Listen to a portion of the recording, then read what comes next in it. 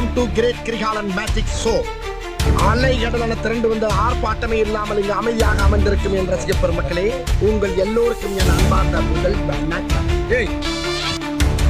வணக்கம் நண்பர்களே. அதாவது உள்ளூர் முதல் உலக நாடு வரை கிறிஸ்துவ சபைகள் கோமாளியாக சர்க்கஸ் மேடையாக ஆக்கப்பட்டு விட்டதா அப்படிங்கிற மாதிரி தான் இன்னைக்கு பார்க்க போறோம். 10 வீடியோவை பார்க்க போறோம். முதல்ல ஆளே இல்லாத கடைக்கு டீ ஆத்திருக்கிறாரு ஒரு பாஸ்டர். என்ன டீ ஆத்திருக்காரு அப்படிங்கறத நம்ம பார்க்கலாமா? ஒண்ணு பார்த்துவாங்க.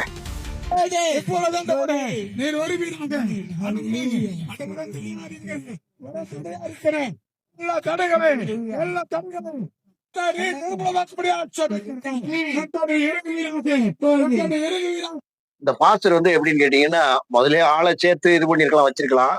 ஒரே ஒரு சகோதரி இருக்காங்க. அதுக்கப்புறம் மறுபடியும் இந்த மியூசிக்ல இருக்கக்கூடிய ஒரு 5-6 பேர் இருக்காங்க.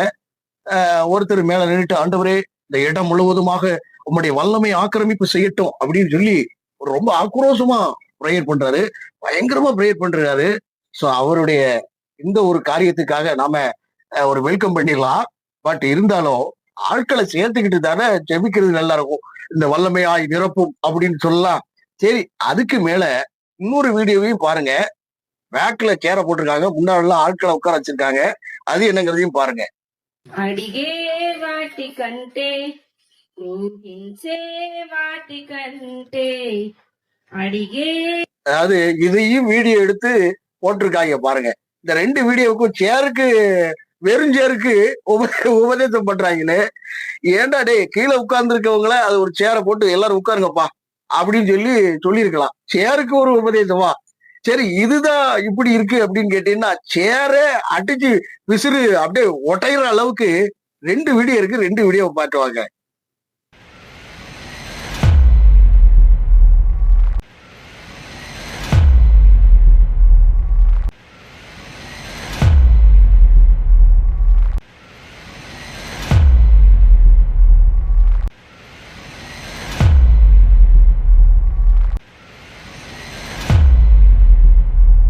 காலி சேரா இருக்கும். இல்லைன்னா சேரு காலி ஆகுற மாதிரி இவங்களுடைய பெர்ஃபார்மன்ஸ் பயங்கரமா இருக்கும். பிசாசானவனே, வாங்கின காசுக்கு மேல கூறாண்டாடே, எப்படிடா நானே இப்படி பண்ணது இல்லடா அப்படிங்கிற மாதிரி பிசாசு அந்த ஒரு இதை இது பண்ணிருப்பாட்டே. வாங்கின காசுக்கு மேல கூறாண்டா கொய்யா. எப்படி இருக்கிறாங்க பாருங்க மக்களே. ஆண்டவர் சமாதானத்துக்கு தேவனாக இருக்கிறாரே ஒழிய கழகத்துக்கு தேவன் இல்லை. அதாவது கர்த்தர், அதாவது எப்படின்னு கேட்டீங்கன்னா, கர்த்தருடைய ஆசீர்வாதமே ஐஸ்வர்யத்தை தரும், அதோடு வேதனையை கூட்டாருன்னு இருக்கு. இங்க சபைக்குன்னு நீங்க போயிட்டீங்கனாலே வேதனையை கூட்டுற மாதிரிதான் இருக்கும். என்னன்னு கேட்டீங்கன்னா, வந்து அப்படியே டக்குன்னு அடிக்கிறது, பொத்துன்னு விழுந்த உடனே அவங்களுக்கு காயாயிரும். அதுக்கப்புறம் ஆஸ்பத்திரிக்கு தான் போகணும். அப்ப வேதனையை எங்க கூட்டுறாங்க? சபைங்கிற பேர்ல ஒரு கோமாளித்தனமான காரியங்கள்லாம் இந்த இதை போட்டுக்கிறாங்க. பத்திலா PASTORன்னு போட்டுக்காங்க பாருங்க. இவங்க பண்ணக்கூடிய மாய்மாலங்கள் பலவிதமான காரியங்கள். சரி, அதுக்கு மீறி ஒருத்தன் கட்சிப்பை வச்சு என்ன பண்ணிருக்கான் அப்படிங்கிறத பாருங்க.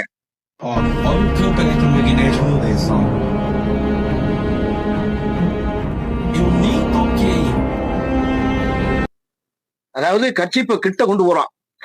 கொண்டு போன உடனே தட்டாலட்டியா அது வந்து டக்குன்னு அந்த இது, நான் அடிக்கிற மாதிரி அடிப்பட்டா நீ அழுகுற மாதிரி அழுகணும், பெர்ஃபார்மன்ஸ் கூப்பிட்டாத்தா கம்பெனில காசு வாங்க முடியும்னு சொல்லி ஒரு நடிப்புக்கு ஒரு சகோதரியை கூப்பிட்டு வந்து இது பண்ணிட்டு அதுக்கப்புறம் கட்சி பண்ணிட்டான். எப்படி உங்களுக்கும் அற்புதம் வருது அப்படின்னு சொல்லிட்டு அனைட்டிங் இங்க இருந்து போதான், வீடியோல இருந்து காமிச்ச உடனே அனைட்டிங் வருதான். இது எவ்வளவு பெரிய காரியம், இது எவ்வளவு பெரிய விக்கிரக ஆராதனை. சரி, இதுக்கும் நிறைய விளக்கங்கள் கொடுத்துருப்பாங்க, அது பார்ப்போம். இப்ப அதுக்கு ஒரு படி மேல கோர்ட்டு விலகூடுன்னு கோர்ட்டை வச்சு தெருக்கி விட்டுருக்காரு. அந்த காட்சியும் பாருங்க.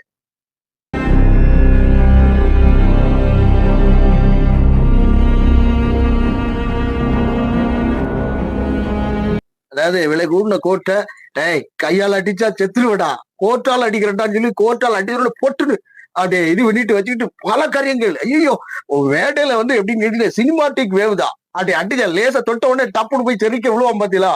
சினிமாவும் சினிமா கலாச்சாரம் சபைக்குள்ள வந்துட்டுதான் அப்படின்னு கேட்கதான் தோணுது. அந்த அளவுக்கு ஐயோ, சினிமா காட்சிகளை மிஞ்சிய அளவுக்கு இவங்களுடைய பெர்ஃபார்மன்ஸ் எப்படி இருக்கு பாருங்க மக்களே.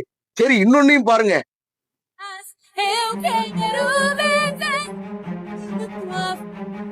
And when the storm comes, you don't recuperate. You stand back up, do you hear me?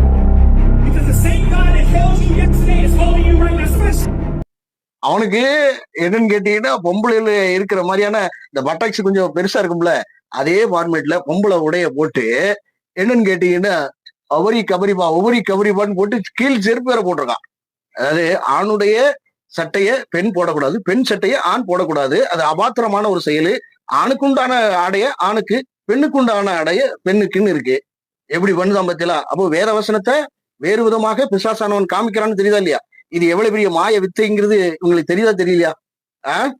அதாவது என்ன சொல்றது, உள்ளூர்ல இருந்து உலக நாடு வரைக்கும் இப்படிப்பட்ட மாய்மாலங்கள் எப்படி வருது அப்படின்னா, நவீன கால பெந்தைய கோஸ்டி அப்படின்னு சொல்றாங்க இல்லையா, ஆப்பிரிக்கால இருந்து வந்ததுதான் இங்க. இவங்க பண்ணக்கூடிய அல்லு சில்லு வேலைகள் தான் பயங்கரமான வேலைகள். உள்ளூர் முதற்கொண்டு ஒருத்தர் இருக்கிறான், அதாவது டேவிட் டெரமனிக்கல் இருக்கான், அவன் பீஸ் புடுங்குற ஊழியம் பயங்கரமா பண்ணியிருந்தான். இப்படி மாய்மால வேலைகள் எல்லாம் பாக்குறது இவங்களுக்கு இதேதான் வழக்கம். ஒழுக்கமாவே இருக்க மாட்டாங்க. ஆண்டவர் கழகத்துக்கு தேவன் இல்லடா, அவர் சமாதானத்தின் தேவன், சமாதான பிரபு. அவர் தான் அவரு இருக்கிற இடத்துல இப்படிப்பட்ட காரியங்கள் ஆகுமா? என்னங்க சொல்றது? சரி, அதை விட இன்னொரு ஆப்பிரிக்கன்ஸ் என்ன பண்ணிருக்கான்னு பாருங்க.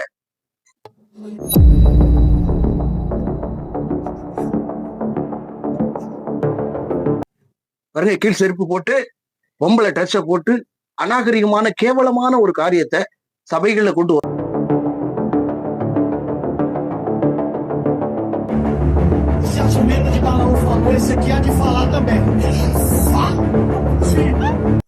எதுக்காக நம்ம இதை காட்சிப்படுத்துறோம் அப்படின்னா, இப்படிப்பட்ட ஒரு அகங்காரமான காரியங்கள் இனி வருகிற நாட்கள்ல இது ஊடுருவி வரும். ஏன்னு கேட்டீங்கன்னா, ஆப்பிரிக்கால இருந்து இந்த மாதிரியான ஒவ்வொரி கபரிபா இதெல்லாம் ஆப்பிரிக்கன்ல இருந்து வந்து சைனால இருந்து அப்படியே ஊடுருவிதான் இந்த பெந்தேகோஸ்தே சபை அப்படின்னு சொல்லப்படுகிறது. அப்படின்னா ஒவ்வொரி கபரிபா இதை தவிர வேற எதுவுமே தெரியாது. எல்லோரும் மன்னிய பாஷையில் பேசுங்க, ஒவ்வொரி கபரிபா அப்படின்னு சொல்லிட்டு ஒரு இதை போட்டுட்டு ஆண்டவர் அந்நிய பாஷையில பேசினாரு. அடுத்தவனுக்கே கேட்காது, எப்படி அந்நிய பாஷையில பேசுவாரு, என்னடா டேய். இப்படித்தான் ஆப்பிரிக்கன்ஸ் கொண்டு வந்த காரியங்கள் இவைகள்.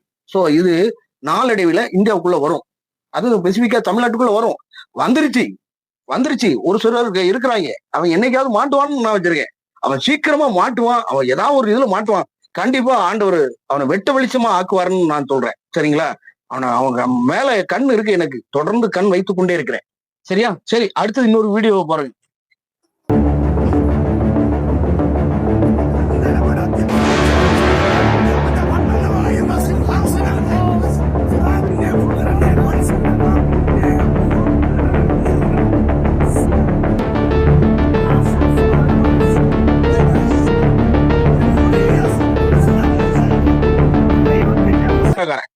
எப்படியே சேர் அப்படியே தூக்கி போடுறாராம், தூக்கி கொண்டு வைக்கிறான், அப்புறம் தூக்கி வீசுறான். எவ்வளவு பெரிய காரியங்கள் பாருங்க. சரி, கிறிஸ்துவமா அப்படின்னு கேட்கிற அளவுக்கு பிறர் நம்மளை வந்து ரொம்ப அயோக்கிய பைய அப்படின்னு சொல்ற இதுல நீங்க நல்மனசாட்சியோடு இருங்க. சமாதானத்தின் தேவன், சபைகள்ல சமாதானம் இருக்கணும். சரியா? வேதனையை கூட்டாருன்னு இருக்கு. நீங்க இவங்க பண்ணக்கூடியது வேதனையை விட பயங்கரமான காரியம். சோ இதற்கு உதாரணமாக என்ன சொல்றாங்க அப்படின்னா, பவுல மேற்கோள் காட்டுறாங்க. அப்போஸ்தலர் நடவடிக்கைகள் 19வது அதிகாரத்துல வாசிங்க அப்படின்னு சொன்னா, அவருடைய உரிமை கட்டு இருக்கு. அதாவது யூதர்கள் வந்து உரிமை கட்டு கட்டுவாங்க, 2-3 கட்டு கட்டுவாங்க. அதுவும் லாங்ல போறதுக்கு இந்த மாதிரியான காரியங்களை பண்ணுவாங்க, வைப்பாங்க. அப்போ அவருடைய உரிமை கட்டையும் அதே வேளையில அவருடைய வஸ்திரங்கள்ல இருக்கக்கூடிய இப்படி போட்டிருப்பாங்க இல்லையா வஸ்திரம், அதாவது யூதர்கள் போட்டிருக்கக்கூடிய ட்ரெஸ். இந்த வஸ்திரத்தை எடுத்து என்னன்னு கேட்டீங்கன்னா, நோயாளிகளுக்கும் வியாதியஸ்தர்களுக்கும் அவரு போடுறாங்க, வியாதி சுகமாகுது. சோ இதே ஃபார்மேட்டை அந்த உள்ள தேசாந்திரியாக வாழ்ந்த மந்திரவாதிகள் என்ன பண்ணாங்க அப்படின்னு கேட்டீங்கன்னா, இவனுக்கு மட்டும் எப்படியா, பவுலுக்கு மட்டும் எப்படி வருது அப்படின்னு சொல்லிட்டு இயேசுவின் பெயரால சொல்றதுக்கு பதிலா என்ன சொல்லிட்டாங்க, பவுல் பேர்ல அடிச்சு விடுவோம்டா. ஏன்னா சொந்தமா அவனுக்கு நாமம் கிடையாது. சோ பவுல் சொல்லுகிற இயேசுவின் நாமத்தினாலே போ அப்படின்னு சொன்ன உடனே பவுலையும் தெரியும், பவுல் சொல்லக்கூடிய இயேசுவையும் தெரியும்டா எனக்கு, நீ யாருடா வரல அப்படின்னு சொல்லிட்டு மந்திரவாதிகளை அதகலம் பண்ணி நிர்வாணமாக ஆக்கி பலவந்தம் பண்ணிட்டான். எந்த அளவுக்கு பலவந்தம் பண்ணிருக்கோம் அப்படின்னு பார்த்தீங்கன்னா நாம இமேஜின் பண்ணிக்க வேண்டியதான். இந்த அளவுக்கு பலாத்காரம் பயங்கரமாக பண்ணியது அப்படின்னு இருக்குது. சரியா? அப்படிதான் இந்த காரியங்கள்லாம் இருக்கு, புரியுதுங்களா? சோ பவுல் வந்து அப்படி செஞ்சிருக்காருங்க. இது பிப்ளிக்கலா இது இருக்குதுங்க. பவுல் மாதிரி நீங்க எல்லாத்தையும் விட்டுட்டீங்களா?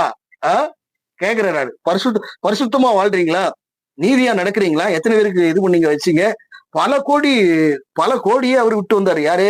பவுல் பல கோடியை விட்டுட்டு தெருக்கோடிக்கு வந்துட்டாரு இயேசு கிறிஸ்துவுக்குனால. எலிசா வாழ்க்கையை பாருங்க, பேதுருடைய வாழ்க்கையை பாருங்க. அவரு பொண்டாட்டியை கூப்பிட்டுக்கிட்டே அப்படியே போனாரு. பவுலு எதுவுமே கிடையாது. அவரு அவ்வளவு ஒரு நியாய பிரமாணத்தின் இதுல ரொம்ப பயங்கரமான ஒரு ஆளா இருந்திருக்காரு. ஒரு அடியாளா இருந்திருக்காரு. பயங்கரமான ஒரு வைராக்கியமான ஆளா இருந்திருக்காரு. செல்வாக்கு பணம் அதிகம் இருக்கு. எல்லாத்தையும் லாபம் என்று எனக்கு தோன்றுகிற லாபமான அனைத்தையும் கிறிஸ்து இயேசுக்குள் நஷ்டம் என்று விட்டு விட்டேன் அப்படின்னு சொல்லி எல்லாத்தையும் விட்டுட்டு, உறைவிடத்தை விட்டுட்டு கண்டம் விட்டு கண்டம் போனாங்க. கண்டம் விட்டு கண்டம் போனாலும் ஆண்டவருக்கு உண்மையாக பயணிச்சாங்க, பரிசுத்தமா வாழ்ந்தாங்க, உண்மையான நெறியோடு வந்தாங்க. பிதாவின் சித்தத்தையும் குமாரனுடைய காரியங்களையும் ரொம்ப ஐக்கியமாக அவர்கள் பயணித்தார். பவுல் அப்படி பயணித்தார்.